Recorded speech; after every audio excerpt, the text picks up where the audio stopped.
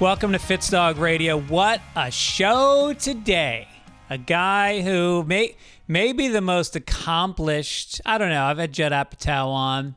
But this guy is up there in terms of the most accomplished human beings I've had on the show. Eric Roth, who's been nominated for 6 Academy Awards as a writer. He's won 1 for Forrest Gump. And just an amazing, great guy. I talked to him a few weeks ago at his house. And we just kept going. We couldn't stop. I had to stop because I didn't want to take his time. I feel very self-conscious once I go past an hour with somebody who I know is, got a lot going on. I mean, Jesus Christ, when I've got, Jimmy Pardo on, we can cut a record. We can go for a few hours. Neither one of us is going anywhere. I'm kidding, Jimmy. I'm kidding. Stayed up late last night. We started binging the Jon Bon Jovi docu-series. I don't know if you've seen that, but it's like, it reminds me of the old VH1 Behind the Music episodes where you get to see the band start out. He's 16. He's playing on fucking on the Jersey Shore at the Stone Pony in Asbury Park, and he's doing Bruce Springsteen covers. And who comes on stage and sings with him? The Juice, Bruce Springsteen. And was he the Juice? What did they call Bruce Springsteen? Maybe the Juice. Anyway, he comes up on stage. Just a crazy magical beginning where he's this good-looking guy who pulls together a bunch of ragtag players and they become the biggest selling rock band in the world. And he's very charming now. He's 60 and he's walking you through his comeback. And you get very caught up. He's such a good guy. And it is so much about what the rock and roll fantasy is. And he's now 60 and he's doing vocal exercises and chiropractors and training and taking all kinds of homeopathic remedies to keep his voice strong because he had some voice issues. And he's got the leather jacket, and then they go on stage and it's a full arena, and then they play the first song, and then I go, oh yeah, these guys suck. Their music is garbage. Like, Wanted Dead or Alive was okay, but the rest of it were just these fucking saccharine power ballads and, good guitar playing. Richie Sam Borca, whatever his name is. He's a good guitar player.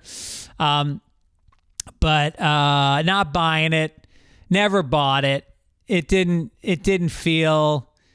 I don't know if you'd call them a hair band, but definitely hair was heavily involved in what made them successful. But God damn it, they got laid a lot. Holy shit. They went on the road nonstop as the #1 band in the world. They were all good looking, partying, and I mean, it was nuts. I'd love to get the stories out of that guy. Howard Stern's become very close to him. I think they live near each other in the Hamptons or something, which, I don't know. I don't know what kind of stories you're going to get out of him in the Hamptons. He's probably got their wives with them the whole time. I know Howard wants to pull him aside and go, tell me about the 5-way in Japan. Am I popping my peas? I think I noticed recently I'm popping my peas. So I'm going to turn up my... There it is. I'm turning up the mic and pulling it away from my face a little bit. And he just, he was just, he didn't stand for anything. He never talked, which I respect. I respect that he didn't talk about politics. I certainly don't. I'm a little tired of people speaking out. I don't know that they're always that informed. I don't know. Should you use your platform? If you're a diver, if you're a high altitude diver, should you use your platform? That was a stupid joke. But it's like Israel and Palestine. I'm not going to sit here and talk about Israel and Palestine. What do I know? They're fucking. I've been reading about it since I read Leon Uris's book. What was it called? Whatever. I've read the New York Times my entire life. They're so hyper focused on the Middle East. and Palestine and Israel. And the truth is, I don't know. I don't have a horse in the race. And so I don't, it's like, I can't hate one of those sides. I have enough hate for people in this country. I just hate local. That's my thing. Just hate local. Just look around. There's so much to hate, no matter what side you're on. One side is overly sensitive and the other side is overreacting to it. That's what this country's become. There's no real platforms to talk about. Immigration, what? They're going to keep coming. There's nothing any politician's going to do to stop. You're going to stop. Do you know what the word stop means? As in zero? Are you fucking kidding me? Do you know what would happen? Whatever. I'm not going to get into it because I'm not talking politics, but there's no issues that are really that groundbreaking. Abortion? All right. Are you a 16-year-old girl? I don't know. It's the only ones that should be concerned about abortion. Everybody else is either hit menopause or they can afford to have somebody do it, or you're just, going to have a fucking baby and deal with it the way people have forever. I don't care. I think women should have a right to choose. But does it affect me? I don't know. I got a 20-year-old daughter. Who knows? If it comes up, we'll deal with it. But I'm not going to fucking obsess about it. My point is, in a very existential way, what affects my day-to-day? And I don't mean in a selfish way. I mean really in a harmonious, community-based way. What is affecting my day-to-day? You know what it is? Maybe I can be kind to a homeless guy. We had a homeless guy come up to us. We were at dinner last night. I went to the Formosa Cafe with Laura Keitlinger and my friend Nick and Jacine. And, a homeless guy came to our table and somebody gave him some money. There you go. We did a little something. We were kind to each other. Laura picked up the check. That was nice. I don't know. What else is there in life? I kiss my wife for 6 seconds on the lips every day because there was a TikTok video that said it releases oxytocin and it makes you happier. So we kiss for 6. That's all you can do in life. I bought my kids some sneakers the other day, and he gave me a big hug. That's all. What are you really doing day to day? I'm taking cold plunges. I'm training for this 5K race that Bert and Tom are putting on. So I've been training, and then I go do a cold plunge every day at my friend Matt Malloy's house.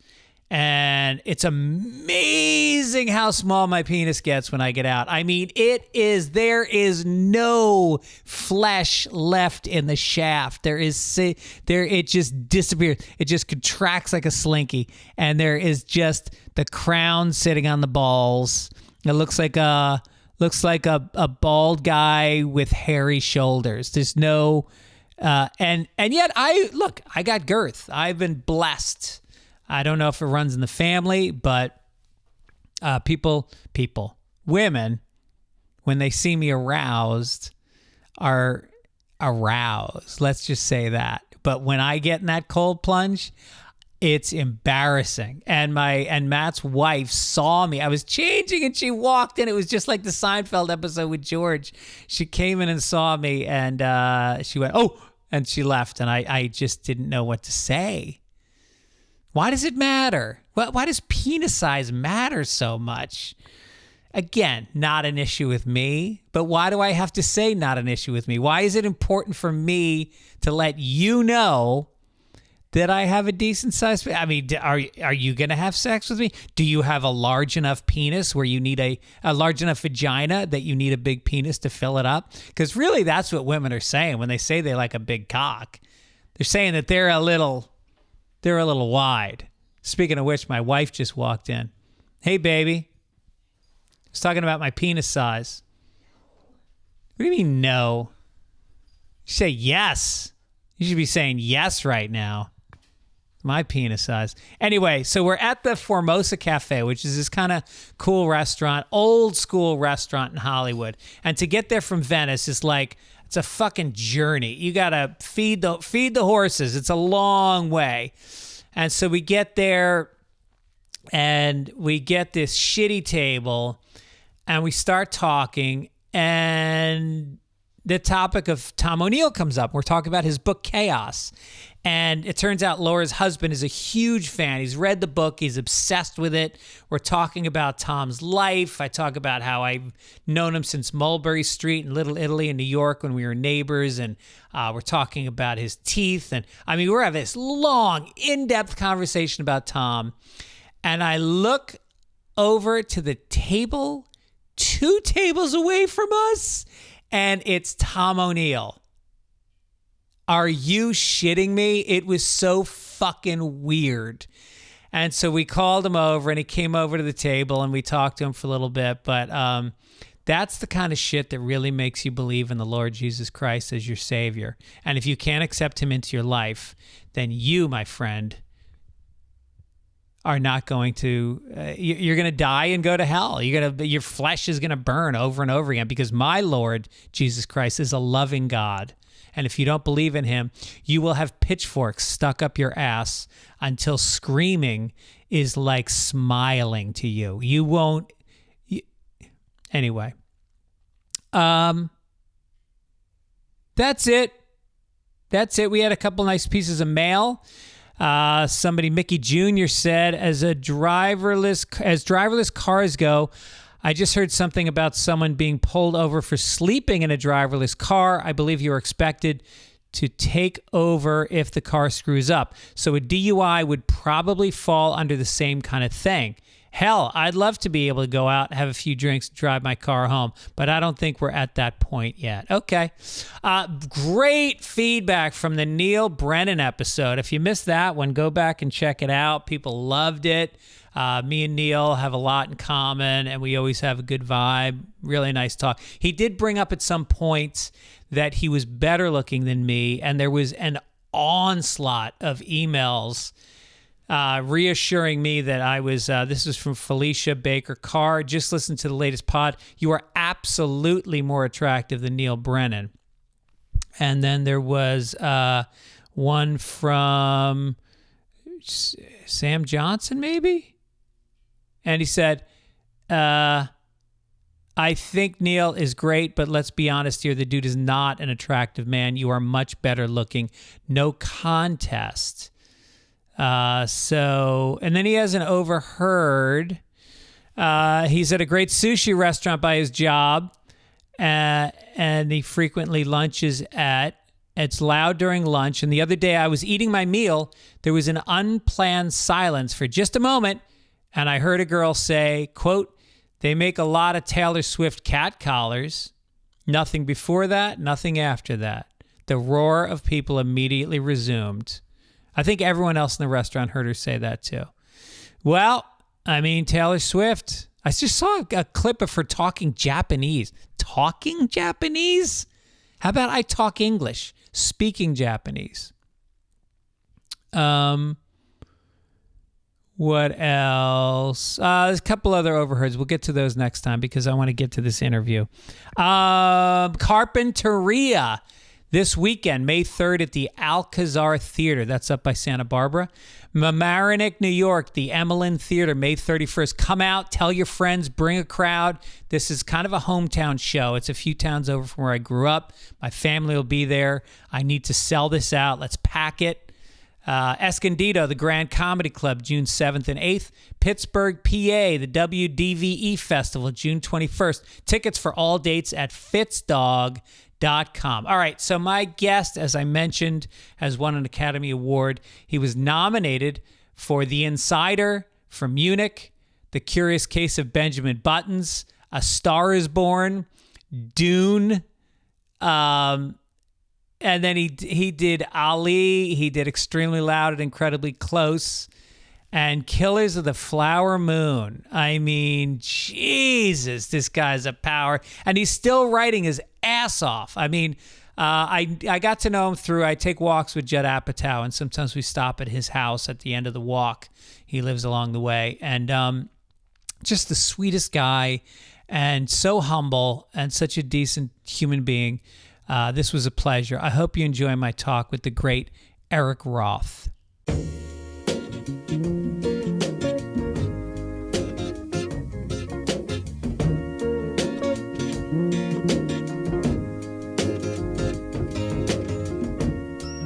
All right, my guest today, and I'm sitting in his lovely, would-be sunny living room if he had the blinds open, Eric Roth.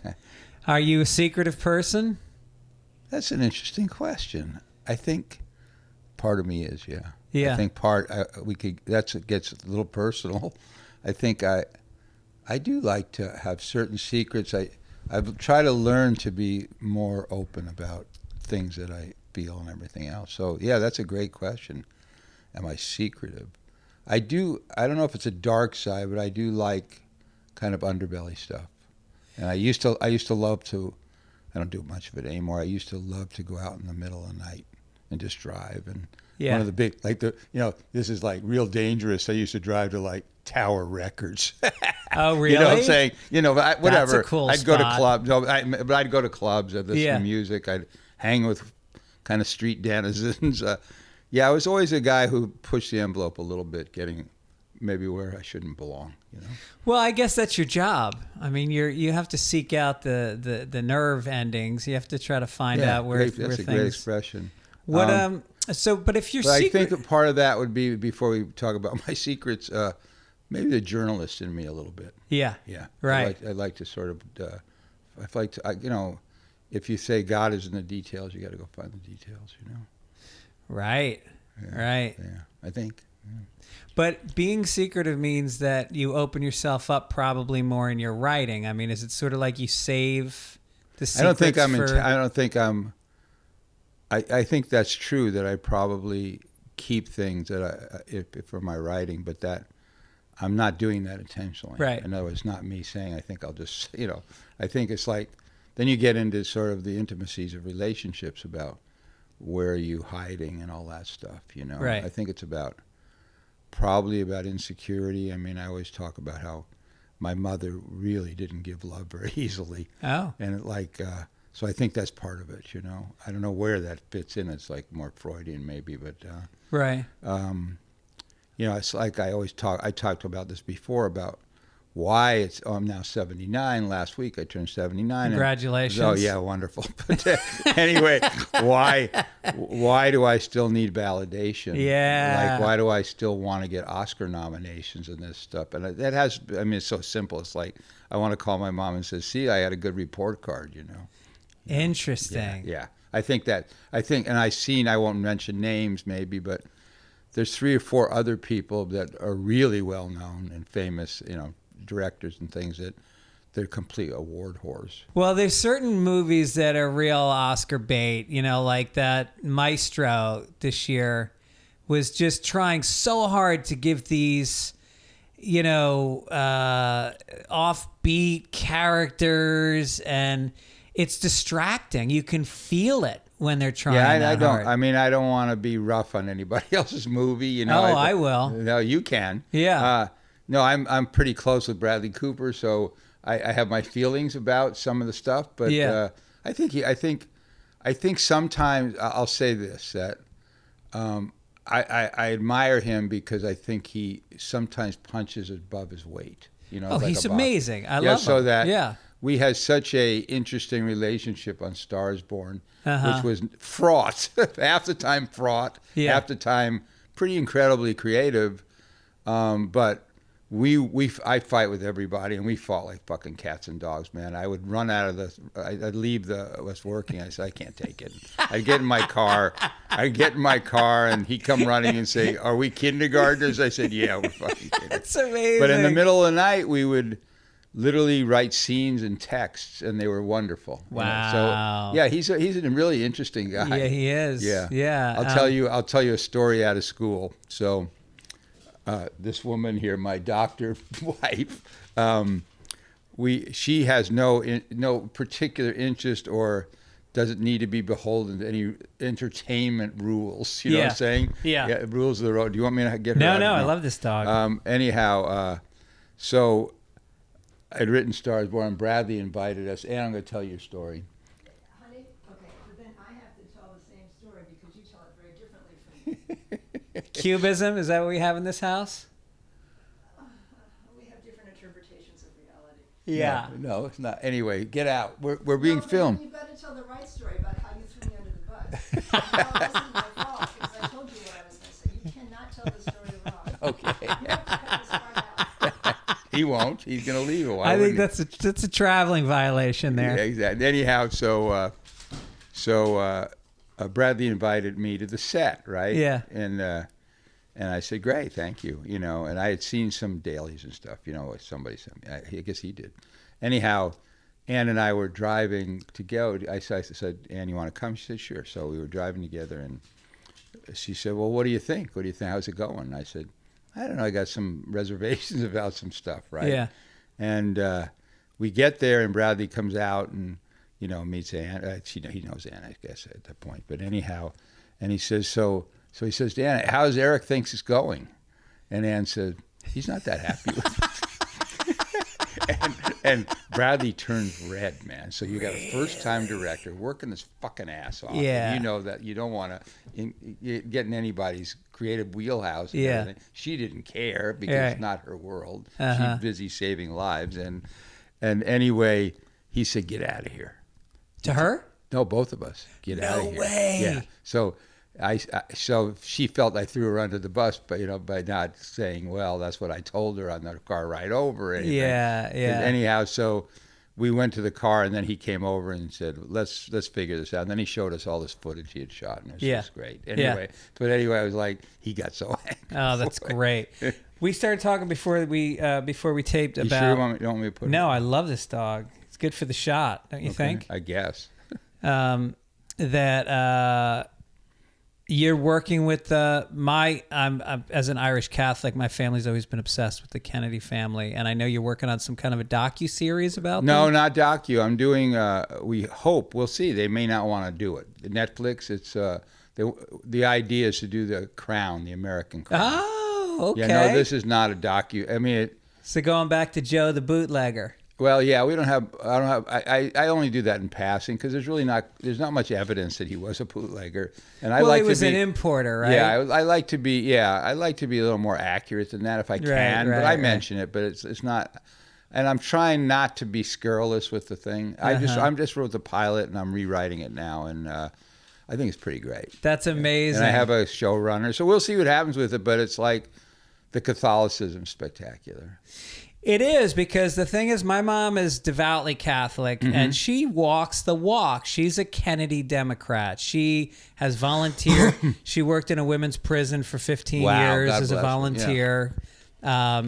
She was at my school teaching kids English as a second language. She to this day, she's 83 and she still takes sandwiches down to the homeless people on Wednesdays. And Well, she believes it. Yeah. there's a work ethic to Catholicism. Well, I think it's great. I mean, in other words, if I could choose, I guess I could. I'm Jewish, but I'd probably choose Catholicism if you want to believe. Yeah. Because it's got everything. You got Father here on earth. Yeah. You've got all the mystery and the thing. I the remember Holy Spirit. That's we one. were in a Catholic church in England, was from the 9th century or something. And a beautiful old stone thing in a town called St. Albans. I was making a movie there last year, and I looking at all the gorgeous artifacts and everything there, and then we were leaving. I said, "Damn, what if it's all true?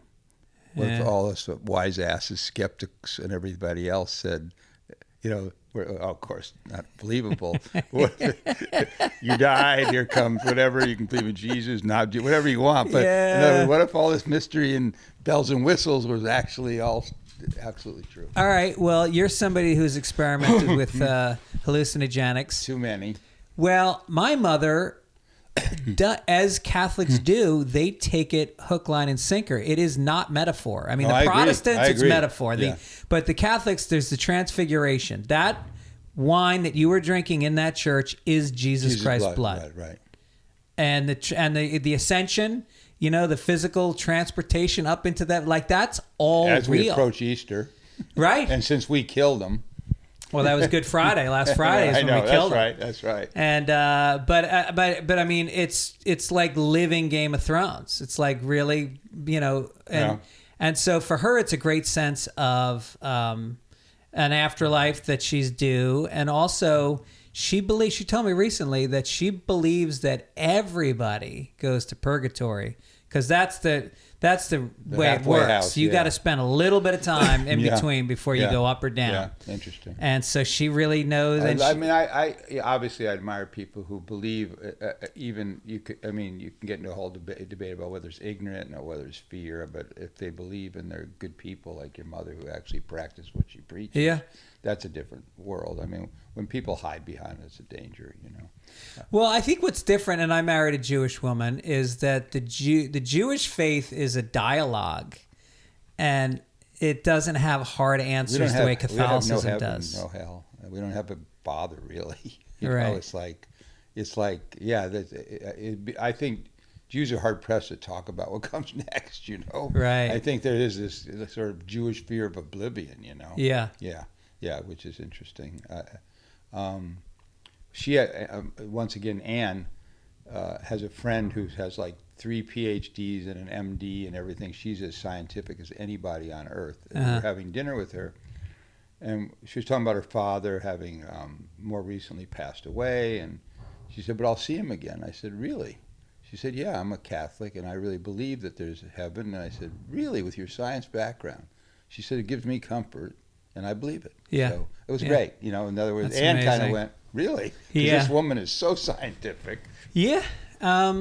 You know, it's there's been, especially with the, my brother went to Fordham, which was Jesuit. Sure. And I used to go down Vince and Lombardi. Yeah, that's right. And, you know, the Jesuits they're very into science and merging Yeah, sure. science and Catholicism. So what's your experience with the Kennedys? Who have you No, met? who have I what? Who have you met from the family? Oh well, I've known for many years. I know Maria very well. Shriver. Okay. I mean, but I'm staying away from everybody because I think they. I don't know if they trust me or not with it. Yeah. You know, and they're not going to like it probably. I mean, it just on face value, even though I think it's pretty heady stuff and pretty great stuff. A lot of like. I think some subtleties, and I mean, I try not to hit, as I say, the scurrilous things too hard, you know. So they're But aware of it. I know Kathleen very well, Bobby's oldest daughter. We were quite close.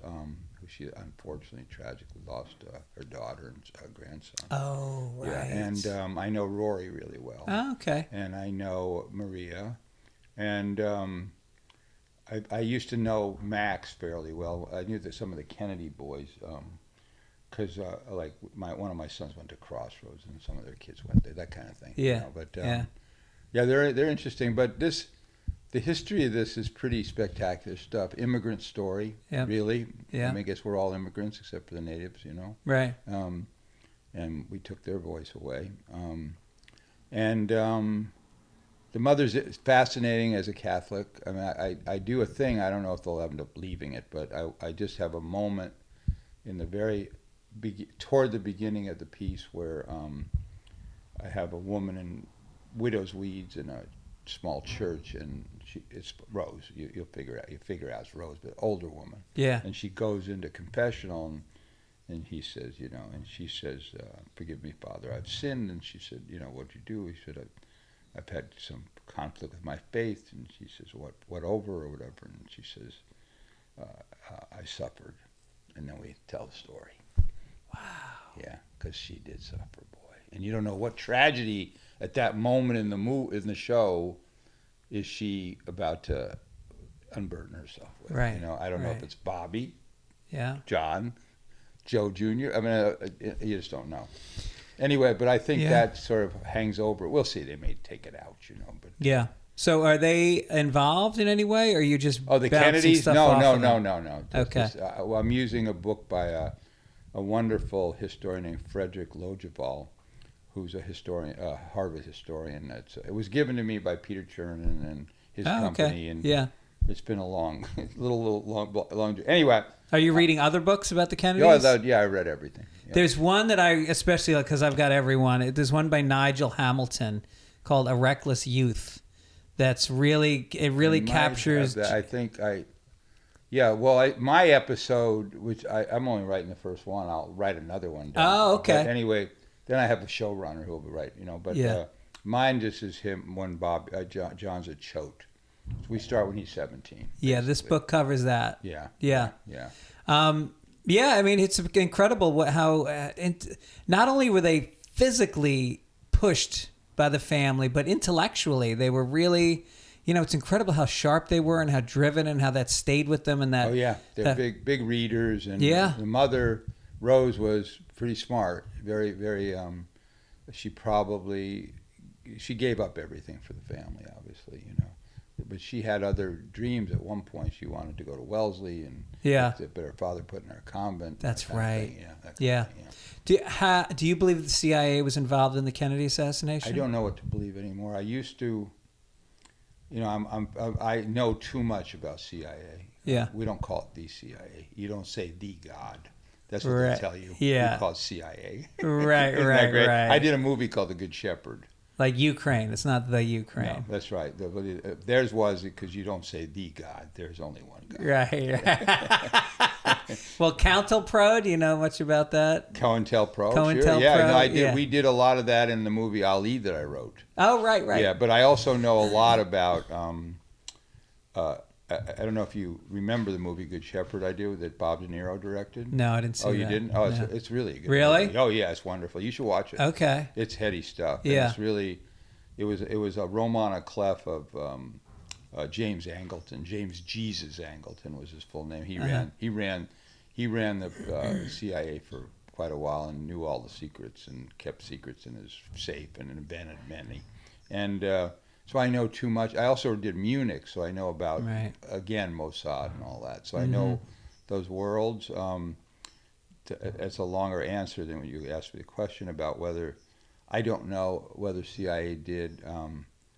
I used to believe that Oswald did it alone. Mm-hmm. After there was like a white paper they did on CBS. I'm talking like in I don't know, not long after, maybe a year after John was killed, and they looked at every angle that I could figure out. And I also read a book by Vincent Bugliosi, which covered everything. Yeah. And it's sort you of mean not Helter Skelter? No. Yeah. This was called maybe Kennedy assassination, something like that. It's literally 1,000 pages. Okay. He covers everything, every conspiracy, every person, even the stuff about, the coincidences about Lincoln being his assistant, named Kennedy, Johnson coming, being his vice president, all that stuff. Yeah. Even all that stuff. But his conclusion was, after all that, was that that one guy did it, and I sort of believe that. I mean, even with the bullet stuff, of ricocheting and and all that, and Bugliosi though. I will say, just to interrupt.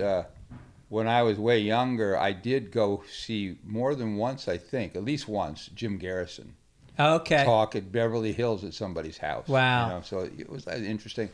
And I know Rob Reiner now has done a really great podcast about it. Oh, is that right? Yeah. So and that brings up a lot of big questions. And so I can't. I mean, I probably would get into the mob theory of Marcello in New Orleans, and it's just the thing that's kind of gets you is how.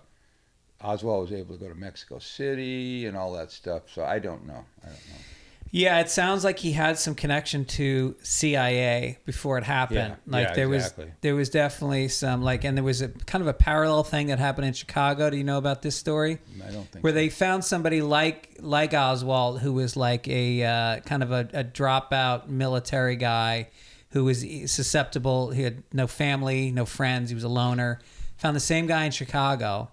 Got him a job similar to the book suppository. Depository. Up your ass with your book depository. And so, he was on the route of a parade that Kennedy was supposed to be taking. And there was, I can't remember the name of the book, but I'll look it up after. Yeah, well, I mean, you have to research the people who did the books and whether these things are true or maybe. I heard it on Joe Rogan. Yeah. Oh, well, okay. Maybe it's true. I don't know. I mean, I the only question I always had was, for all this, if there's some big conspiracy and there's like 300 people involved, how do you keep that a secret? That's true. I mean, that was the only thing I don't know. Well, they did it with the moon landing. Yeah, that's they kept that thing quiet. Ever. Fakest ever. And the election results were no good. That was a fake. Biden and his whole thing. 60 million people believe that the election was won by Trump. I mean, how do you begin? You can't. How do you scratch at that? You can't. I mean, I actually like what Larry David said last night. And I don't remember. I can't quote him, but he said, "The man's sick. The man's a moron." I mean, he went on, and he said the right things. Yeah.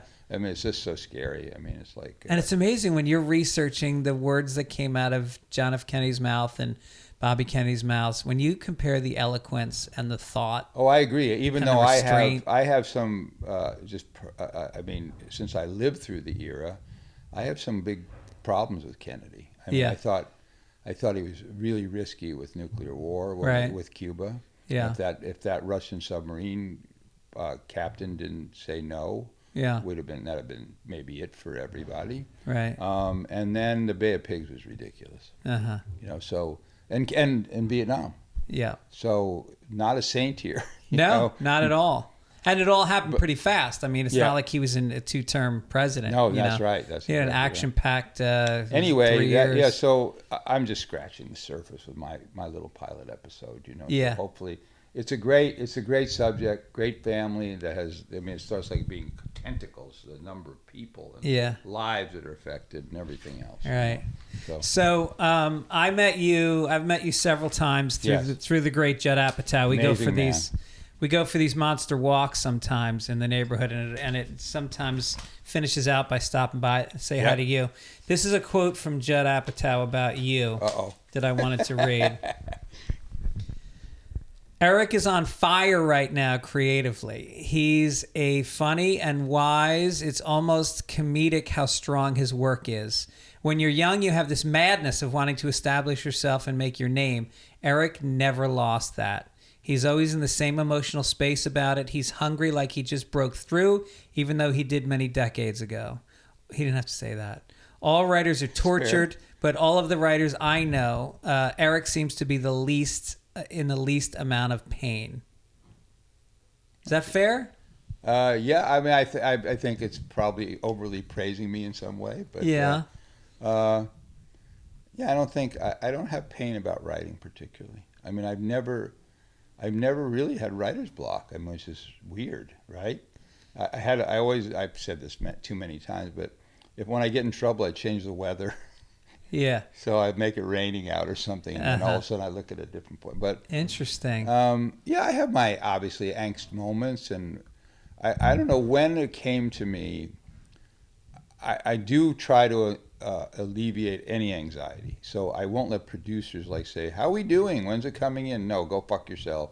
You'll get it. I'm professional. Especially when it's like an agent producer. Yeah, or even if it's a smart producer, but that just brings anxiety, right. Because you're saying, "Oh my God, I'm late for a deadline or something." Yeah. No. But I've always enjoyed it, and I have one little trick that I've also talked about that. When I'm done for the day, I'll finish with a scene that I've almost had written, so I don't have the anxiety of where am I going next. Interesting. And I also, the thing I was going to say was, I think it's a good lesson in life, and I've tried to do this. I'm not sure how successful I've been, but because sometimes tragedies come in and you can't control, obviously, the chaos of life. But I try not to catastrophize my work, so that I don't. If you can, don't look at the whole. Don't look at the gestalt. I mean, that's fine for creatively, but you then can panic because the script maybe you don't think it's working and you're not really dealing with the theme. And so I go down to the micro level and fix a scene, and then fix the next scene, and then eventually you fix the whole thing. Hopefully, where you at least feel some satisfaction of what you've done. And at what point do you feel like you want to show it to people? Do you have to finish a full draft, or do you show outlines? Oh no, to I people? never. I don't do outlines. You don't do outlines? No, not a big outliner. Really? No, I always know the beginning scene, the end, maybe 2 or 3 scenes in the beginning, and then it's a kind of a void to me. But That's I do a lot of amazing. adaptations, so I'm provided with a lot of information. And I do voluminous research. Do you? How true do you have to feel you stay to the bones of the source work? It depends on the source, and probably in the most cases, the trope is that bad books make great movies and bad plays make better movies. So interesting. Yeah, so I think part of that is because you then can be adventurous and original and all that, So I'm trying. Some books I've stayed. I mean, I think where the audience might get upset because they know the book, like Dune. Yeah. I think we had to stay on track with Dune to a certain extent. I couldn't wander too far. Right. Even though I think we wandered in certain areas that are pretty interesting, I think. But on the other hand, like F. Scott Fitzgerald, Benjamin Button, it's his idea. It's not mine about someone aging backwards. Otherwise, it was not a very good, and I'm not comparing myself to F. Scott Fitzgerald. It's not one of his best books. No, it wasn't a book. It was a article he wrote for Collier's magazine, I'm guessing 1920, that he needed some money. Right, right. And the story's stupid. Yeah. Quite honestly, it's just he threw it off, Well, yeah, I think it's like that with Stephen King wrote a few short stories, and one of them turned into Stand By Me. Oh yeah, I know. There was the other one, maybe, I don't know. I forget. There was another one. Yeah, this was but such a great idea. Yeah. But the interesting thing is, it's kind of amusing. So I wrote a really good speech in the movie. It's like about life and about Brad does it great in it. Brad Pitt, and it's about him supposedly writing a letter to his daughter about life and this and that, and he's traveling the world. And anyway, and it's really a good speech, and people attribute online to F. Scott Fitzgerald. Oh, is it's that kind right? of funny. Yeah, That's he didn't write it though. Well, that's kind of one of your trademarks, isn't it? Like good, strong monologues. I try. I think. Because that's what gets an actor an Oscar. It's that speech. It's that I one think that it's really also the hits. characterization. If Right. you're able to. Yeah. I try. I think if I have a strength, I think my characters are pretty human. Mm-hmm. And I learned a long time ago you have to differentiate everybody, different voices. Mm-hmm. I always tell the same story about. I rewrote a movie called Year of the Dragon for Michael Cimino, and he'd given Mickey Rourke, who was the star of it, a wallet that had all the characters, like even a fortune from a fortune cookie, and like a picture of a daughter and his draft card, whatever it was. Yeah. I'm sure Mickey Rourke never looked at it, but he put it in his back pocket. It was in and there. And the point was that each of your characters, you have to know their psychology, Right. what they sound like, what their humor level is, what psychologically where they're damaged, everything. So Right. that everybody's different. You can't have the same voice. Do you base voices on people that you know, or are they just abstractions? I don't know. I think that's a really good question. I think that's where you might. I don't know. I'm doing a little love story now that's set in the future, and I'm putting some of my own things, my own feelings about like eternity and stuff within this character. Yeah. And the character is it's from a short story, and the character's not that formed in the short story. It's more the setup is in the future, like 50, 60 years from now, that two people are interested, they want to get married and they want to meet on Earth to do it. And there's some space travel, not huge, but he's coming from place X and she's coming from another place, and they start getting delayed. Mm-hmm. He's delayed and then she's delayed, and if you delay in space, you're all of a sudden 8 months is going to pass, and then she's getting older. Right. While she's trying to get to Earth, so it's called "I'm Waiting for You." That's and good. It's pretty profound, I think, if I get it right. I And like it. I could fuck it up. It's Sleepless in Seattle in the cosmos. It's a little bit. It's not. It's not really. It's more. It's quite beautiful. It's kind of. I think it's more like a ghost story because they're never together, even though I found ways to put them together. Wow. In an odd way. Yeah, interesting. Anyway. It's trippy. Yeah, but so that kind of thing, I bring it up much for. How great is that? I get to write that, and I've always felt that way, And I also, I think part of it, once I found success, and look, I don't know if I'd even be talking to you if I didn't get lucky with Forrest Gump, right? I had some other movies made before then, maybe 4 or 5, but 6 maybe, whatever. Yeah. But nothing really of any consequence, let's put it that way. In your career? No, before Forrest Gump. I said, from Forrest Gump on, home run. Yeah, but before right. that, I had a number of movies made, but nothing. Was there ever one that went so poorly box office wise that you were like, this is it for me? No, I never. I think after the success of Forrest Gump, I remember, and this sort of summarizes that, when I was going up to get my Oscar, I said to myself, they can't take this away from me. Yeah. So I always had that confidence then, Right, right. The next job I had was I did a movie called The Horse Whisperer with Robert Redford. Oh, sure, yeah. And basically he looked at me and said, "What have you done for me lately?" Yeah, so right. it was like, okay, back to square one in that sense. Yeah. But I felt like, I kind of know what I'm doing now. I feel like confident. And as I say, that's, you only get a Forrest Gump, if you're lucky, once in a lifetime. So most people don't get that, right? Yeah. And what's interesting is do you always do adaptations? It seems like that's mostly what you do. I do mostly. I think. Why is that? I think in its own way it's original writing. Right. I don't know. Maybe I don't even know the answer. I mean, I could tell you the originals I've written. The Good Shepherd was one. A movie where you want to talk about something that failed. It was called Lucky You, which a wonderful director. Unfortunately, had Alzheimer's when he was doing it. We didn't know this. Oh. Curtis Hanson. Okay. Great director. But it's just a little love story set in Las Vegas. But I'll tell you the story. So when Forrest Gump came out, Zemeckis and Hanks and I went around to look at the theaters, how it was doing, and get it. And we went into the forecourt of the Village Theater in Westwood, which is the biggest theater probably in the world at that point. Most, really famous theater. And the lobby, the forecourt, outside with the ticket booth was all dark. And I figured, oh shit, nobody came. And we went and looked at the box office and it said all the showtimes were sold out. In the first weekend? First night. And we went in. That's when they used to open movies on a Friday. You know? Yeah. We went inside and it was packed with UCLA kids, probably college Westwood. kids, Yeah, right. sitting all over the floor and just rolling and laughing and crying. It was like a home run. So it was like your producer's moment.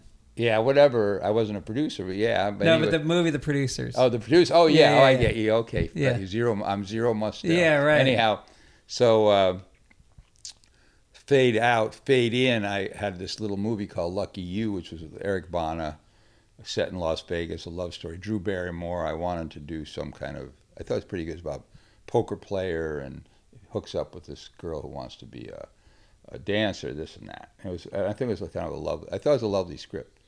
And they made it. It came out. I went to the same theater, went to the forecourt. It was kind of dark. Bought our tickets, my wife and I at the time, named Deborah, and we walked in the theater, and there's 4 people there. Oh, no. That was the end of that. So you get to both. Yeah. But I think the work was pretty good. I'm sorry it didn't work, Yeah. And I don't know. Well, there's probably a number of reasons. I like how you described that you came up with a premise for a movie, a vision for a movie, and then you felt lucky, almost giddy, to be able to write it. Oh yeah, no, and the thing That's was, interesting. yeah. So first of all, I gamble on the horses. I know a lot about gambling. Well, you wrote on Lucky. Lucky, did you create Lucky? Luck. Luck on HBO. Yeah, I love that Milch and series. Yeah, I love David. David is one of my idols, and I work with him on Deadwood Everything. Yeah. Yeah, he's like Shakespeare at television. Yeah. Terrible addict in all ways. Well, didn't he lose all his money Every gambling? dollar. Yeah. Every dollar. 99% on the horses. Wow. I saw him lose $1 million one day in a race. Damn. Yeah, this was not healthy. So anyway, that world interested me. We were talking before about sort of these subcultures and that world I like. And so I thought this would be great to do kind of Vegas, underbelly of Vegas, And I remember there was a kind of a slightly fancy movie called The Only Game in Town, which was with Warren. I know movies backwards and forwards, not as much as Marty Scorsese, but I'm a second rate. But and The Only Game in Town was about a professional gambler, and it's the same like Breakfast at Tiffany's. They would have, in any other era they call her a whore. So does that mean you had to go live that life in Vegas? Did you immerse yourself I actually had lived it to some extent without I gambled probably more than I should have, but not where I wrecked families or anything. Right. No, I actually did that. Telly Savalas wanted to play Nick the Greek, who was a famous odds maker. Yeah. And so he asked me to write it. Mm-hmm. And so I went and lived in Vegas on the weekends, for like, I don't know, I'd stay at the Sands Hotel. I knew every little trick of the trade. Then it was like more. I probably knew as much, at least the movie Casino. You know, I knew all the guys who were the Gunsels, and I knew they had, like, at the Sands at the time. I'm probably off, but they had 8 women that were the prostitutes, basically, and they had, you know, 2 Asian women, 3 black women, 5 whatever. And I knew them all. The curve on diversity. Yeah, they had it all. They had it all worked out, and so that was, it didn't. Unfortunately, the movie. I don't know what happened. The movie never got made. Telly Savalas is Nick the Greek. How does that not get made? I don't know. Perfect. I wonder if I'd have to look. Maybe he passed away. Okay. I don't remember. Yeah. I can remember I even remember the guy, I think, whose name Bernie something was a producer. Anyway, so I did do Vegas that way, and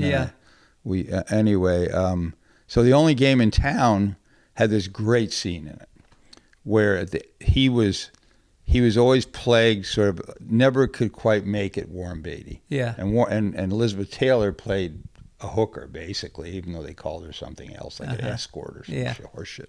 Like I say, Breakfast at Tiffany's, what was she? Yeah. You know? So the end of the movie was you see him go to a crap table, and he's very superstitious, and this old woman always seemed to show up when he was at a crap table. It was like his kiss of death, you know. And so anyway, you get to the end of the movie, he's sitting out on the curb outside of a hotel, and like water's running down the gutter, and she comes and sits by him, right? And he just looks desolate, right? And they're just sitting there, and it's over, I guess, you know. And he takes out a $100 bill out of his pocket and makes it into a little boat and floats it down the river, and then another one. And another one.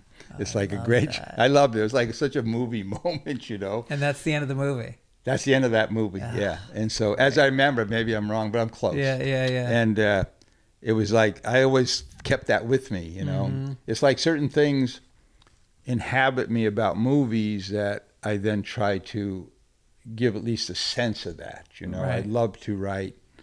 I haven't written it. I think I've had the opportunity. Something as glorious as, you know, James Dean when the oil strikes, you know. In Giant? In Giant, yeah. Yeah. And I thought Giant was the greatest movie ever made until I saw it like again, and then you said, well, it's not so good. It's a little and slow. Now it's more than slow. It's like so kind of, you know, headline woke and, you know, all that with the Yellow Rose of Texas and the guy who called his, you know, Hispanic daughter or whatever, she was daughter-in-law or whatever, you know, name. And it's like. That's right. And the movie. But still, James Dean's pretty great when he pushes over the wine racks. I mean, these kind of, I like these kind of big bravura kind of scenes, you know. Right. That's really old movie making. Yeah. Right. You can't quite do that much anymore. You described the downfall of movies these days as a combination of streaming, superheroes, and is it the studio system? What was the other thing you said? I don't know. I don't even know I said that. Yeah, you said it in an interview. Oh, I did. I mean, streaming, I take responsibility for it to a certain extent because... House of Cards? Yeah, House of Cards. Right. And I never envisioned what was going to happen. Fincher did. Right. I mean, not streaming being bad in any way, but that I wanted to sell it to HBO because I liked the water cooler, and it was like the Sopranos kind of thing. You know, you had the kind of... But water cooler conversation, and David said, no, we got to go with this new company, Netflix, because new streaming. And... because the eyeballs are there and people are going to come. Yeah. And I said, come on, really? I said, I understand there's eyeballs there, but I think we're 5 years away. I was wrong. Yeah. That was one of the first That was really the first show. The binge-watching second show they had. They had another one. Is that right? Yeah. The first show they had was with the guy, Steve Van Zandt, you know, the guy from Bruce Springsteen, little Steven. Right. They did it was set in Norway, and I think it was like he was a detective or something. I don't remember. That was it. It was a small little show. Might have been good. All right. And then we were next. Now, somebody else would have showed up, and they'd have done some show that hit, you know, and they would have ended up with, you know, because the eyeballs were there to see it. So that everybody just binge watched that, you know. Well, what was amazing is it really, it was one of the first shows that really was... It was a serial, not just within the season, but over the course of the whole series. Yeah. I got to say, we were smart enough to envision that. I mean, within the context of that show. Were you working backwards from something? In a way, I mean, I worked backwards from. I remember thinking that because I'd gotten Robin Wright to do it, and David got Kevin Spacey. Okay. For good or ill, but they were the right people. And actually what happened was Ari Emanuel was at that point trying to kind of sign me, or he was interested. I don't know. I'd say he wasn't, but he was. And but I had been with the same agent for like 30 years, and I said, Ari, I'm too old for this, And he said, well, what if I send you a great piece of material? And I said, I'm always interested in that. So he sent me House of Cards, the English show. And I said, it is great material. I said, I know this quite well because Michael Mann and I we're going to do it with Al Pacino because it's just Richard III. It's like, watch me fuck these guys, and I'm going to go in the room now and fuck them, and then you see what happens. That's all it was. That's why the recitative where he talks to the audience, Right. He says, I'm going to do whatever. And so, but I said, this is great, and I think you're right. This is a great piece of material. He had really good instinct, and I said, let me see if Fincher, and he might have talked to Fincher, right? But I said, let me see if Fincher's interested. We're like real close, David, and I thought it'd be something he'd really love. And he did, and that was the end of it. So did you move over to Ari Emanuel after that? No, no, I didn't. I don't know. Maybe I should have. I don't know. No, I'm very happy. I'm I'm a sort of a CAA guy. Yeah. Well, so I texted Judd. I said, "What if you were going to interview you?" I said, "What questions would you ask?" Okay. So here's a couple questions. Am I circumcised? Yes. Are you circumcised? Yes, I am. And this is on camera. It's fine. And is there trauma from it? Do you think there's trauma from circumcision? I don't know. Is there trauma from birth? That's probably true. I know for the mother there is. Yeah, I don't know. Is that where you're hurtled into the light and then never mind? Yeah. Right. You're swimming in. What's traumatizing is if you're a good Jew, you're supposed to hold. And you're there when the moil is there, and you want to be godfather. You're supposed to hold the baby's penis. Really? Yeah, that could be traumatizing. Oh yeah. Your first meeting with your godchild. He said, ask him about the source of creativity. How does he connect to it? Oh, that's great. I mean, what a great question. I think I like to think I have something in my inner being that I want to express, and so I hope to express it well, sometimes not so well. I think that probably most, in quote, artists, writers, musicians have this thing that's inside them that they need to share in some way. And how much? I think part of it is probably ego too. You feel like, look how great I am, But in terms of what's inside of you, how much of that is pain and how much of that is as I said, euphoria? I'm not a pain guy. Yeah. I have pain in other areas. Well, you had your mom didn't give you Yeah, enough. but I guess that's when you start intellectualizing it. Right. I mean, then I can get attuned to that, but I don't feel that way when I'm working. Yeah. I mean, I think I feel that way more in my relationships, Right. I've had a couple wives and now my third wife, and so that I haven't been the best husband, to be quite honest. Yeah. So I think that's where that plays out, whatever is sort of the more painful side of me trying to figure out who I am, why how people love me, not whatever that is. Yeah. I don't feel that way when I'm writing, particularly. I feel like this is great. I mean, it's not. No, I know. I think I could lie and say I'm an ex-addict and doing all this stuff, but it's not that. I don't have that to work out that way. I have other plenty of addictions, but that's not my pain. It's not. And I just love that I can write. And once I think you could probably ask all sorts of other artists that are successful. So if you sat, like I'm very close with Neil Young, if you asked him. At some point, I'm sure he has whatever pains he has, but that he feels, I know he feels he's good at it. Yeah. And he also gets, obviously, this reflected glory. You get back what you give out. Right. So that I don't know how much he had to worry about it. You'd have to ask him. I can't speak for him, obviously. Yeah. But when you get really successful, I don't know where do you go with your life. So then it's about your relationships and the people you love or don't, and they don't love you, or people are broken or need to be fixed, whatever it is. But I think the work is what you take refuge in, and also it gives you such courage if you feel good about it, you know. Mm-hmm. And you kid yourself a lot about this is really great, and then sometimes it's not so great. You know? So do you feel like you transitioned into having more balance in your life at a certain point after a certain amount of success? You were able to kind of step back from the work a little bit? I think the success was not good. Okay. I think the success made me feel a little out of control. Mm-hmm. Yeah, that I felt like I was like somebody really special. You know? Right. Yeah, and that's settled into something more.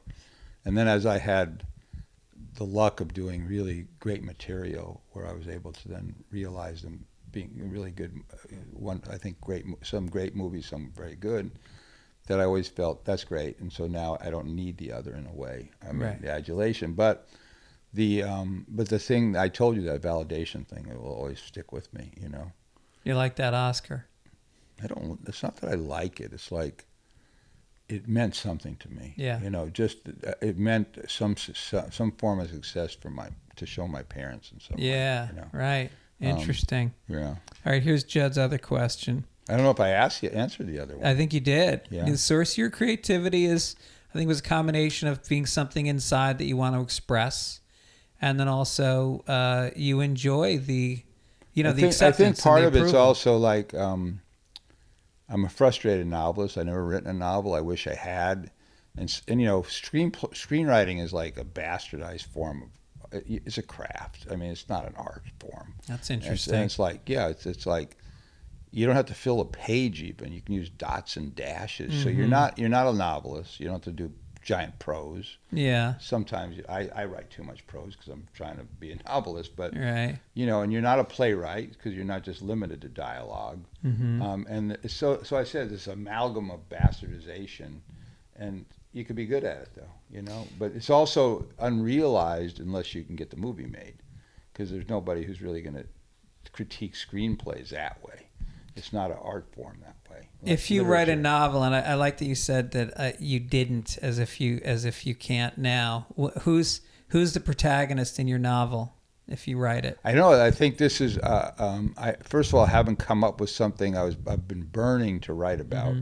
Then you say, well, should I just do something genre like? I think I could probably write a detective or something, Mm-hmm. you know. But it just hasn't.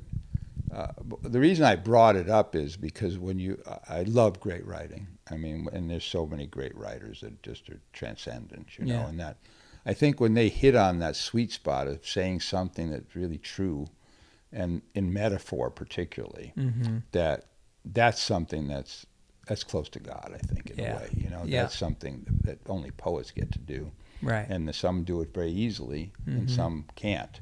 Yeah. And so when I feel I've hit on something, just that I get to say, or a moment, a scene, or something, that to me is as close as I'm going to get to being immortal, you know, in a way. Right. And so I love that, where I guess where my ego comes in is that I love the legacy of some of these things. Not Mhm. that they're all great movies or anything else, but there are moments, you know, Yeah. where you feel like I've really done it. You know, it's really pretty great that it's there, you know.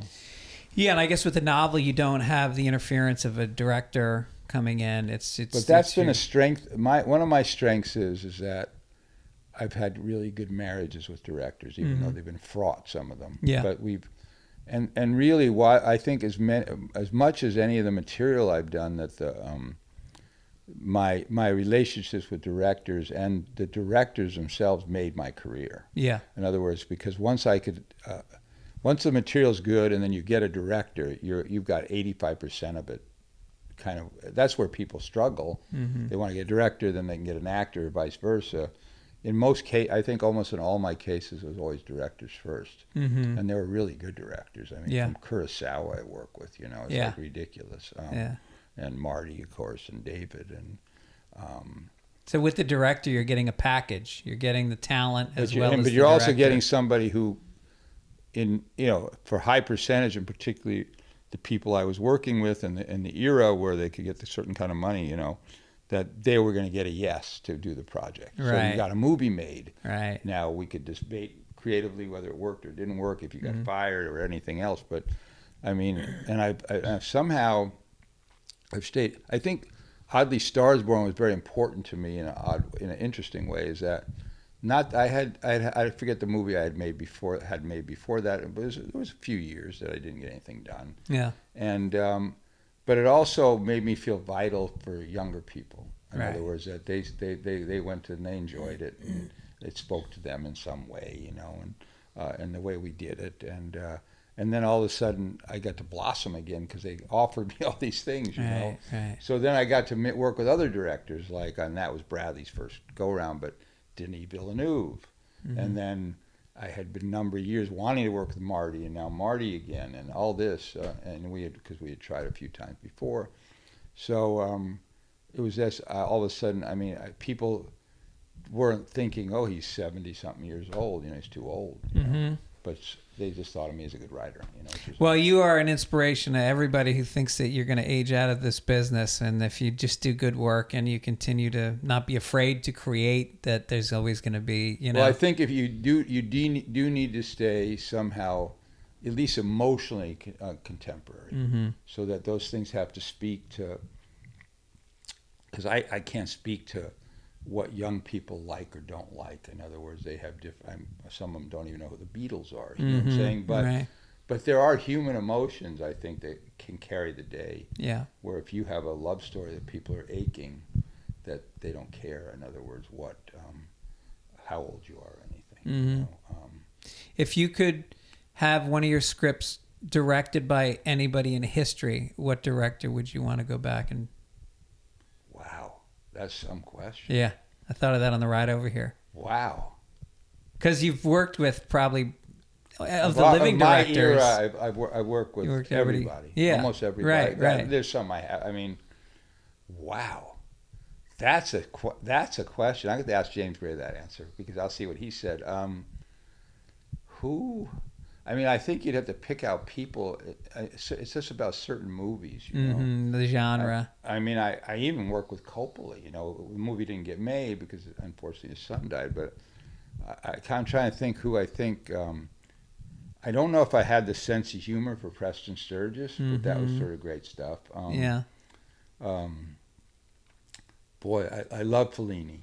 Yeah. I mean, Amarcord is probably one of my favorite movies. And then if I could have done something for Stanley Kubrick, I'd have been a happy guy. You know what I'm saying? Yeah. But now you're talking, you know, I don't know, but I think it was probably too sentimental for him. You know what I'm saying? Yeah. Even though we talked, this Good Shepherd, he was interested in the history of the CIA in a sense. Yeah. Boy, that's a really great question. Good question, right? Yeah, no, I think it's a problematic question only because if you said to me, "What's your favorite movie?" or "What's the greatest movie?" Yeah. you can't name one. Right. I mean, it's apples and oranges. You Right, know, after right. a while. Wow. I mean, because there's just been so many who are so good at what they do. You know?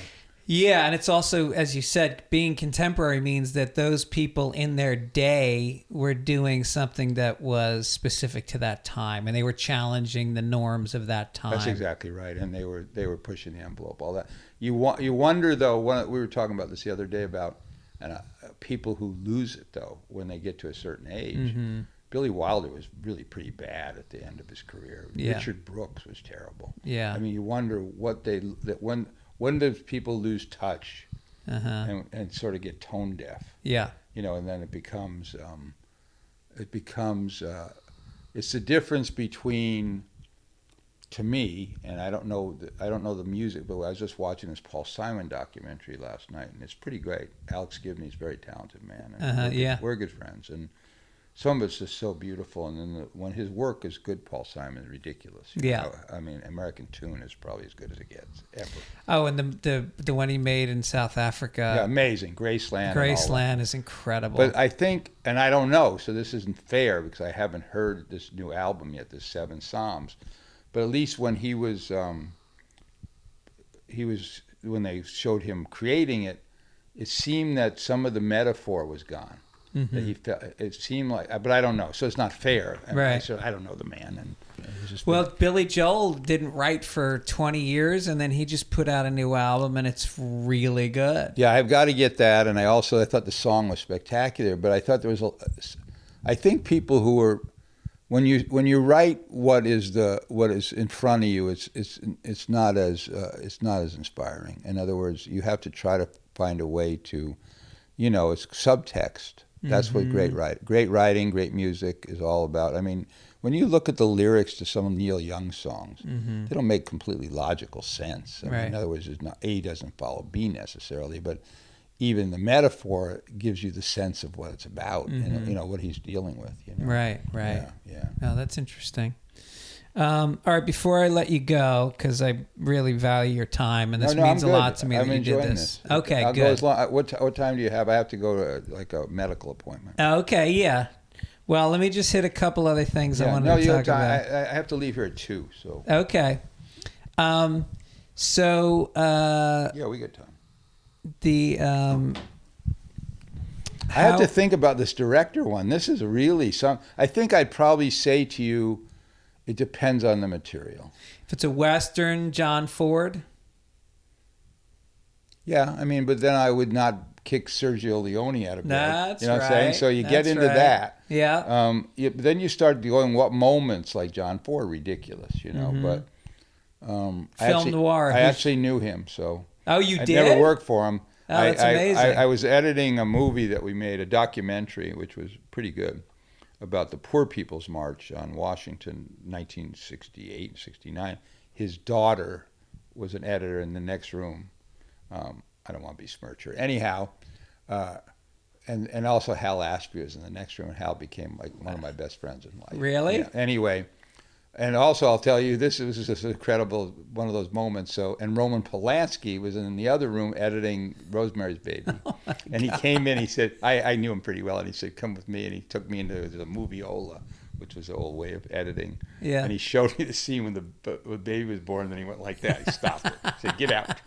But Barbara Ford, John's daughter, liked the racetrack, and I liked the racetrack. We used to go to Hollywood Park at night. They used to have harness races. Really talk about degenerate. Anyhow, yeah. But I'd go pick her up. She was older than me, probably by 15 years or something, maybe 10 years.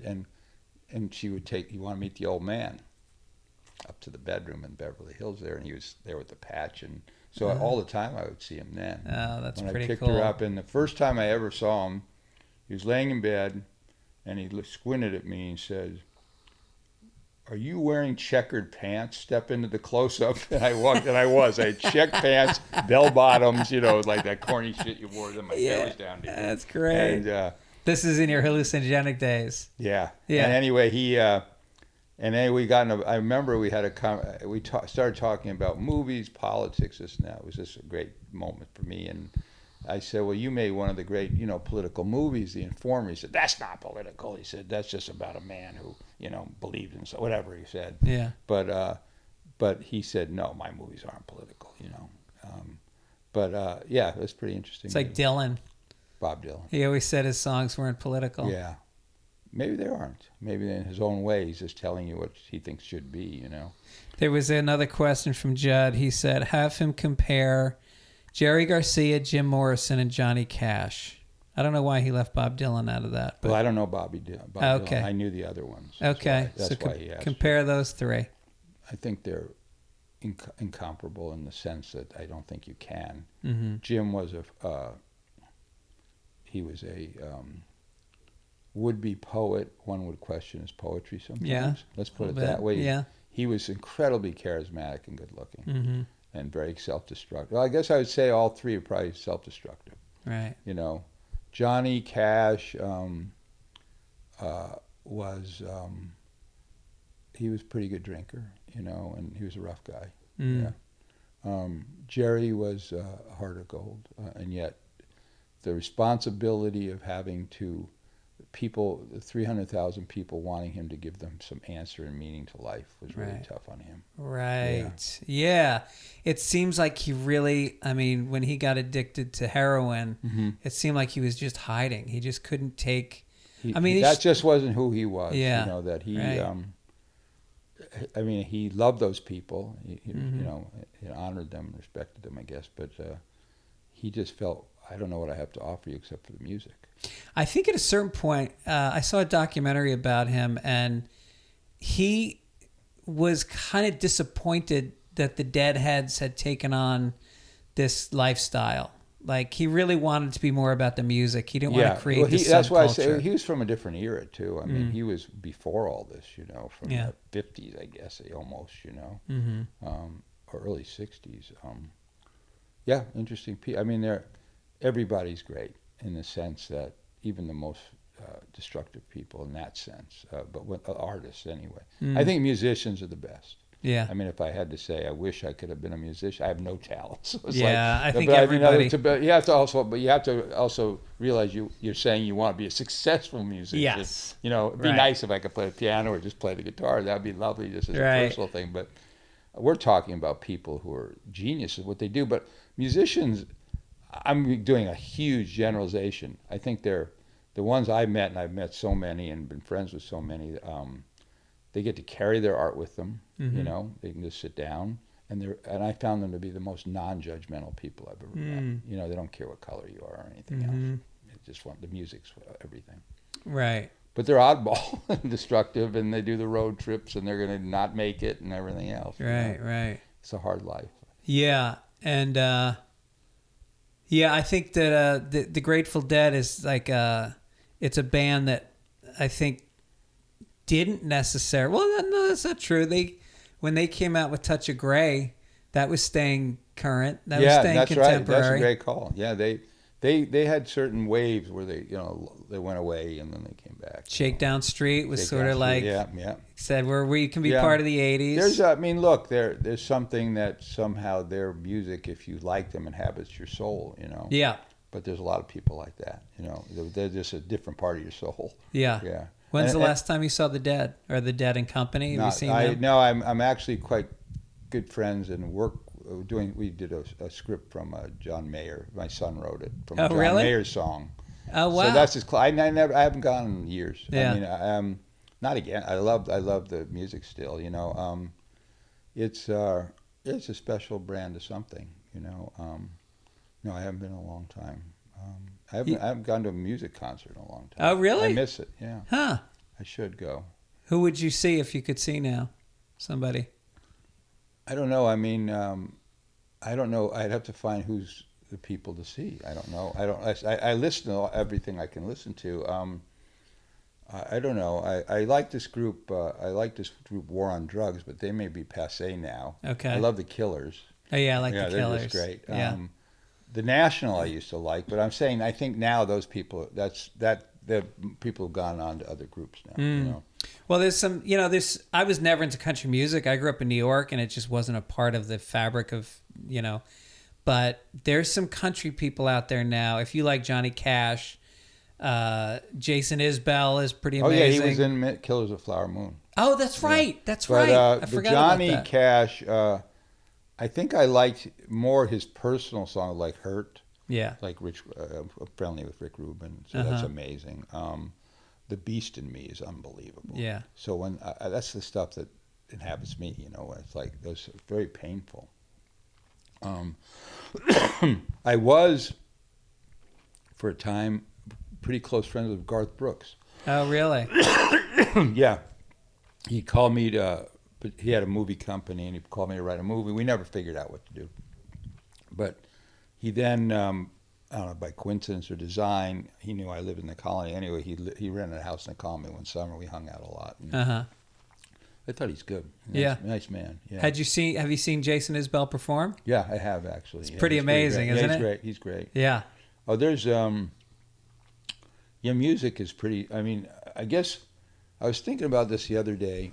We were watching a movie called The Impossible. Remember that movie? Mm-hmm. Yeah. Yeah, it was because the director and I had some problems, and then we ironed them out. Anyhow, but I told Ann, she hadn't seen it. I said we should watch this movie. We had a friend over, and the movie was very emotional. We started crying. Right, it was just moving to us. And I said, when we were done, I said, where do you get that experience where you could cry like that? Yeah. Where really you're engaged that way, and where it means something to you, and where it touches you about all sorts of things. And literature can, but it's private, Yeah. And then music, I guess, is the only other thing. But movies or even television, I guess, great television can do it. But it's an amazing thing when you can do that with people. You know, laugh and cry. Oh my God. Right. Get to touch something. You know. Yeah.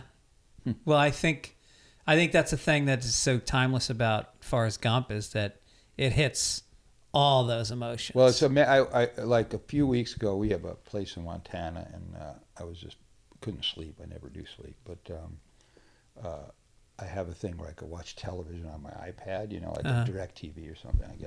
And I saw Forrest Gump was on, so I just turned it on, and it was like probably a third of the movie, a little less, maybe a fifth of the movie was left.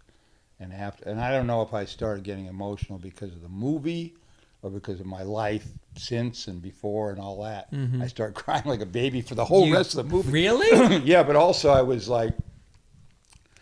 was also taken with, but I felt out of body because I don't remember even actually doing it. But I felt so taken with the wonderful surprises of the movie. Yeah. The silly, cartoonish quality that Bob Zemeckis brings to it is wonderful. You know, guy jumping in the mud and says happy face and all these. But at every moment there was a surprise or something come human. Is he? You know, when Forrest Gump does that, and it's such a ridiculous idea, the whole thing. Yeah. You know, about this guy, but somehow we made it magic. You know, and I don't even know what the alchemy is. Well, it seems like Tom Hanks was so grounded in the character that it allowed you to play. Yeah, I mean, I said, really? You know, it's like I'm not a big farce guy. Yeah. But he played it completely as if this person existed. You know. Yeah. And and then it had just great. I mean, it didn't get very good reviews. You know. I mean, is that right? Not really. It was everybody felt it was too right wing. And that's right. But what they misunderstood was two things. One is Bob is an equal opportunity stick in the eye guy. He doesn't care if you're a fucking liberal or a right wing, you know. Right.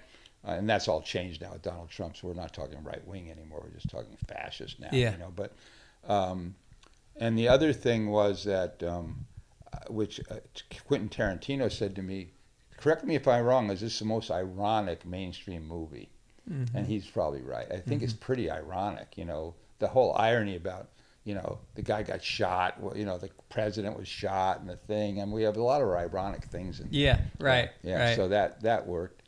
Yeah, I have a new movie coming this year called Here that I did with Zemeckis. Oh, wow. Yeah, it'll be out in Thanksgiving time. Oh, nice. Now it's not Forrest Gump, but I think it's pretty great. Has it been shot? Oh, it's all done. Yeah, we've been previewing it to get some audience reactions, and it's all been pretty good.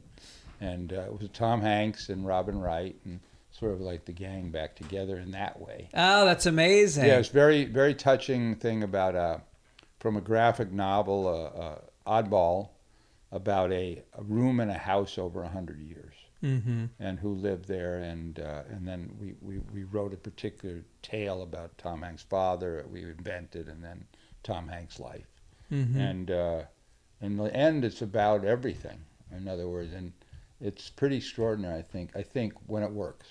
Was this based on a book? Graphic novel. Oh, a graphic novel. Called Here. Oh, okay. Yeah. Wow. And he even has kind of panels in the movie, which are pretty beautiful. Oh, really? I love Bob. I mean, yeah. Bob and I just like to work together, and he's just such he's a nice man, doesn't induce any anxiety, and say, go for it, you know? And how many of these sets are you a presence on when you make movies? We went on that one, yeah, because Bob and I wrote it, and Bob kind of wanted me there just to, because, I don't know, he liked my company, I guess. Marty doesn't like people coming to the set, so that way I didn't go. Yeah. I wish I would have, but I would have just been a tourist. Yeah. Fincher, when we did Mank, and Mank I produced, he let me produce because I did some work and didn't want to tamper with his father's credit, so we stayed with that. And I was there every day. I loved it. And we just argued every day. You did? Oh, David and I just did cats and dogs. It sounds like your best work comes out when there's a little bit of... tension? Yeah. Yeah. Well, I think you can go only so far, though, because if a director feels disrespected, you're done. Yeah. I don't care. I knew that I didn't disrespect him, but I knew with Robert Redford, for instance, we did The Horse Whisperer. At one point, he was going to look in the mirror and not want to see me there. Right. And he did. That's what happened. Yeah. But I've had like with Denis Villeneuve on Dune, I just said, you know what, this is what I can give you. You know, if there's something missing, you're gonna have to fill in that blank. You know. And Dune 2, were you not a part of that? No, they asked me to be. I wasn't. I honestly, it's more complicated. I told them, which was I was being a little bit nasty, but I said I have other worlds to conquer. Yeah. But I'm not a fanboy of Dune. I mean, in other words, it's not my lifeblood. The books I liked other science fiction more. Right. But if I engaged in what I thought was sort of the spiritual quality of Dune, where right. the guy's ability to look into the future and all that. But it's too much for me. It's not. I mean, well, it sounds like I think I heard you describe that character in Dune, and it makes me think back to Jerry Garcia of the reluctant leader. Yeah, well, that's built into the book, and then he's half human, half whatever, right? And a Jesuit, but he doesn't want to carry this burden. Yeah, but I can't make that comparison. No, I don't know. I tried to lead you to that one. I'm not sure Jerry would even. But I don't know. Maybe I don't know how. I have to think back. I don't know how he felt about Dune. Yeah. Know? But it's yeah. I mean, Dune's a world unto itself, and I think you have to. I couldn't embrace it the way probably I wish I could have, you know. Yeah. And so I try to give it some quality that I can bring, but not. But I think you need. Hey, Ann. Oh, here he comes. Okay, he'll just come in. Okay, good. I'm glad you came in. Hi, Eric. Hi. How are you? Hello. Good. Hi. How's it going? Good. Where are you going, Missy? So I think Come on, Dune is mixed for me. I mean, in other words, I love Denis Villeneuve. He's as nice and wonderful and visionary guy as you'll ever meet. Yeah. Yeah. But he really loves those books. Yeah. And he loves what it's about and that world building and all. So it's hard after if you don't feel the guy they brought in named John Spates, who's a good writer. He loves it too. It's like he didn't do this, but it's almost carried the book around a Bible case. Oh, you know is what I'm that saying? right? But Yeah. he felt that way Yeah. about it. So Right. I think you have to invest that to be really good. You Yeah. know? You have to have that passion for it. You know? What was the sci-fi that you were into? What are the sci-fi I books? was C.S. a little Lewis? more sort of a little bit him. No, more like the Foundation and stuff. I mean, and then Arthur Clarke I loved. Yeah. Because I mean he was able to try to predict the future. Right. You know, and he was prescient half the time maybe. Right. Or a right. third of the time. Yeah. Yeah. All right. My last question to you is: there are two types of people in the world. Go. Oh. Wow. Okay, there are pursuers and distancers. That's what I'll say. Interesting. And that's just from a relationship thing that I remember my wife Deborah said. Yeah. And she's right. And it's really rough when you get two pursuers who are together or two distancers. Yeah. Pursuer and a distancer are pretty good. It's rougher. Yeah, I say that, you know. Otherwise, that's just relationships. I don't know. That's a bigger question, too. I don't know. Wow. Which are you? I'm a pursuer. You're a pursuer. What are you? I am. I think there's gradations. You're not, Yeah. you know. I feel like because I have a little bipolar, I can go in either direction on any given day. And I think my wife is a distancer. That's what Ann is. Yeah. Distancer. Yeah. Yeah. So that works. But I say when you get two pursuers, fireworks. Yeah. But Right. this is like almost like it's like talking about like doing astrology or something. Yeah. You know, I'm not sure this is what I have to really think about. You've asked me two really nut-breaking questions about the director, and this one is tough. I mean, I'd probably give you a more philosophical answer. Yeah. You know, about I don't know the answer to all that. You know, in other words, what makes people tick. I try. Yeah. But I don't know the answer to that one. But there's a really good book that's about astrology that I like. It's not a very good book, really, but it's a great idea. It's called Exalted. And that's the perfect astrological sign. It's called Exalted. Oh, is that right? Isn't that interesting? Yeah. Yeah, it's like everything lines up if you believe it. I don't happen to believe in that, but you know, it all lines up.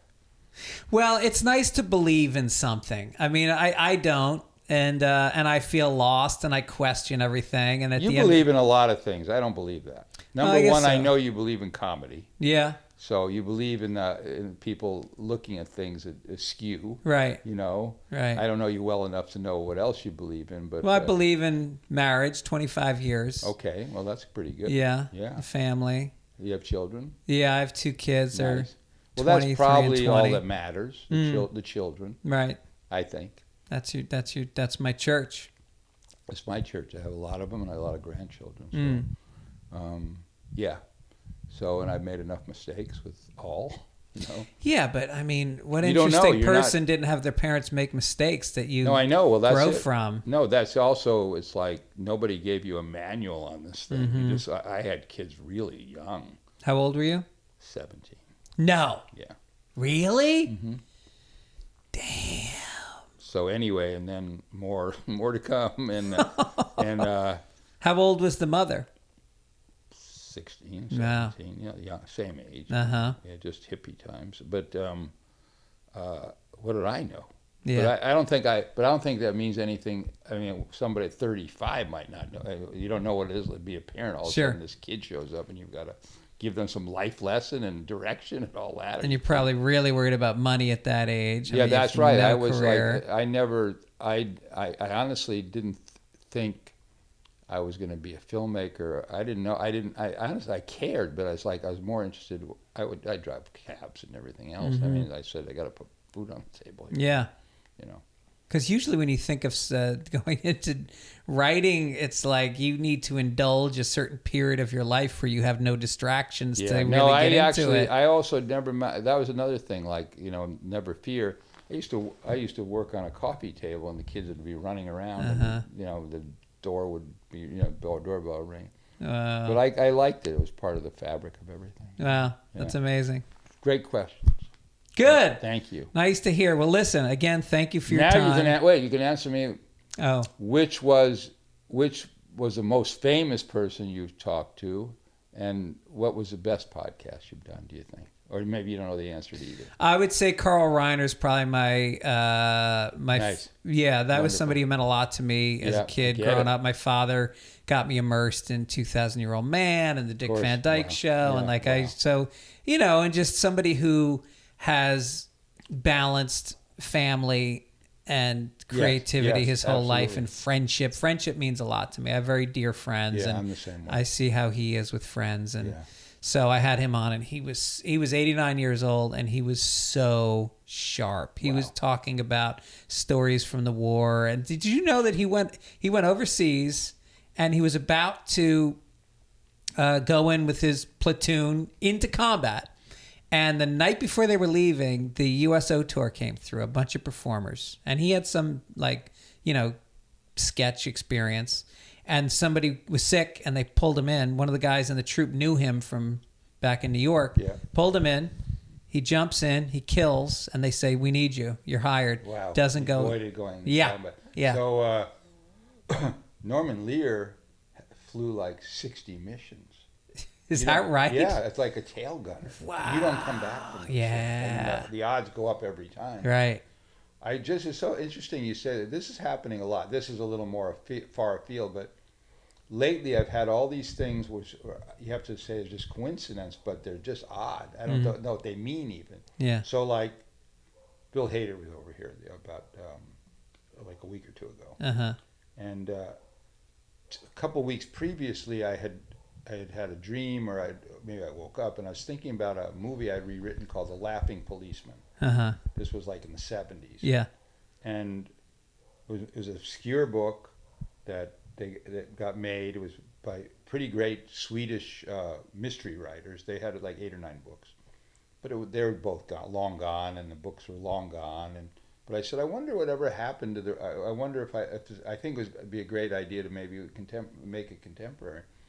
So I called an agent who finds out book rights, and she went to find out the rights. And so literally the next day, Hader was here, and we're talking. He's a very literate guy, very smart, nasty, and everything else. Yeah. And but he says, "Have you ever read The Laughing Policeman?" No I said, kidding. This is weird, man. Really? This is too odd of all the books, Wow. of all the words. So I had this of something else. I have a photograph upstairs of one of the moon landings where the guys had that rover. Yeah. Yeah, so I had woken up, same kind of thing. I woken up in the night and I had a kind of dream where I was thinking about that exact image. And I went on the NASA website and I bought the photograph. Uh-huh. And the next morning I woke up and the astronaut had died that night. No kidding. That's spooky stuff. I don't necessarily believe in that. So Dude, I had here, so what you're saying today, this morning I woke up and I was just, in the middle of the night, I was not sleeping as I don't sleep that much. And there was a photograph of Ted Williams kind of looking back, and there's Yogi Berra. And it said on the photograph, Ted Williams flew like 90 missions. Oh, that's right. Right, wait, and Yogi Berra was at Omaha Beach. And these two, there was something about a sense of respect between them. Yeah. In other words, and I bought it, Yeah. you know? So it's like, wow. That's amazing. Interesting. Yeah. I had a dream. I was in a river that was feeding into the ocean, and I was floating, and a giant wave came, and it picked me up, and I was flying through the air, and I came crashing down, and I woke up punching the bed and screaming. And I woke my wife, and this doesn't happen to me. I get up, I have a cup of coffee, I open up my phone, and that tsunami that had hit in Thailand had happened. Oh my Christ. Literally the same hour I had the dream. What is that? Someone has to explain this. This has happened. I hadn't talked about Paula Weinstein in probably 3 years. Last week I was talking about, what was Paula up to? I haven't seen her in so long. She died. No kidding. Like this week, like 2-3 days later. No kidding. I don't know what this is all about. I mean, it's not as if. I wouldn't blame yourself. No, I'm not blaming. No, not. No, I will tell you. You'll get the comedy of it. She was married to a man named Mark Rosenberg, who I was very close with. We did a lot of drugs together and stuff. He was kind of a hippie. He ran Warner Brothers at one point. So I was telling Ann that he had died, and Ann said to me, "Well, how long ago did he die?" I said, "I don't know, 10, 15 years, 35 years ago." Wow. Anyhow, Mark had scheduled a conference call with me the next for the next morning. In the afternoon, we scheduled for the next morning. And they called me that morning and said, "I'm afraid Mr. Rosenberg died." Yeah. I said, "Oh, boy."